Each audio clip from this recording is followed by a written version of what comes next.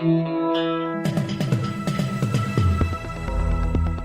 listening to the Betoota Advocate's weekly news wrap on Desert Rock FM 96.5. G'day, my name's Bruce Hitchcock, and you're listening to the weekly Betoota News Wrap. Joining me back in the Koala Mattress studios out in the Channel Country is my old mate Wendell Hussey.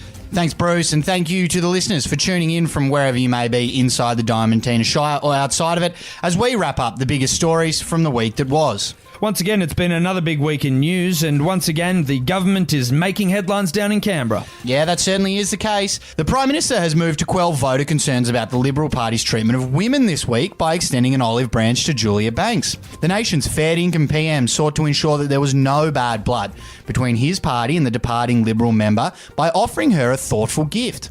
After spending an afternoon tossing up what would be the best way to say he's sorry for the treatment of Julia Banks, Morrison decided to drive down to one of those big department stores his missus is always banging on about and pick up a fair income ironing board for the member for Chisholm.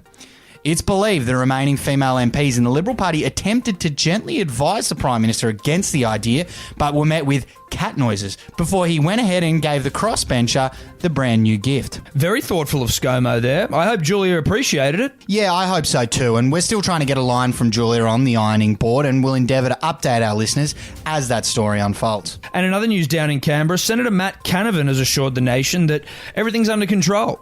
After school students led protests across the country calling for greater action on climate change, the Federal Resource Minister told them and the country just to cool their jets a little bit. The dopey fuck, who spent his entire political career as an Italian resident abroad, explained to the silly children that they need to leave this whole thing to the professionals. He said to us, I don't understand why all these kids think they know better than us. I mean, how many long lunches have they sat in with mining lobbyists who've got the best interests of the country's environment in mind?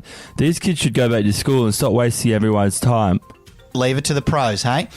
Elsewhere around the country now, and we broke an exclusive story down in Sydney. We spoke to a resident of the Harbour Hellhole about living down there, and he explained that a lifetime of debt caused by extortionate rent is all made worth it when you get to sip on an $11 Saturday Arvo schooner of beer down at Opera Bar.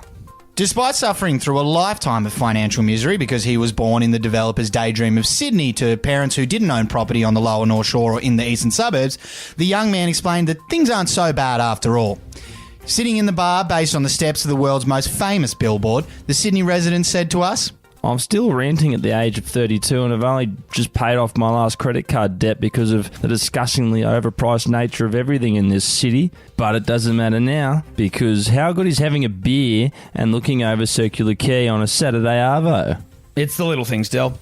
And speaking of little things, the Betoota Advocate wrote another exclusive story about a short local man. The relatively short man within his circle of friends explained to us this week that he doesn't actually have a problem with the jokes about his height, but that he just reckons it's shit banter. The token armrest, who nudges a touch under 175 centimetres, has copped a fair amount of shit over the last 10 years or so, and has just about had enough. He said to us, "How is picking on a bloke for something he has no control over good chat? Go on, riddle me that. The fat boys in my group that rip on me can go and lose weight, but I can't make myself taller, can I? And no, they haven't gotten under my skin. It doesn't really bother me, so just drop it. Don't you journalists have something better to do?" Definitely doesn't sound like that's an issue at all.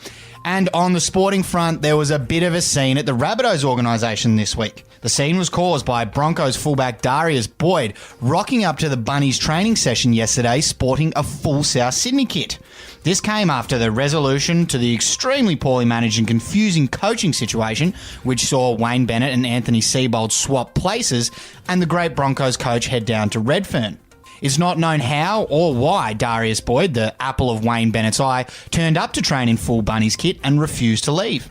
The club is set to provide an update on the situation, but it does remain to be seen whether Darius will follow Wayne one last time. something to keep an eye on. And on that note, that's the news wrap for this week. Thanks for tuning in. Don't forget to subscribe to the podcast in order to get your weekly fix of real, unfiltered and unwavering regional news. Until next week, I'm Bruce Hitchcock. And I'm Wendell Hussey.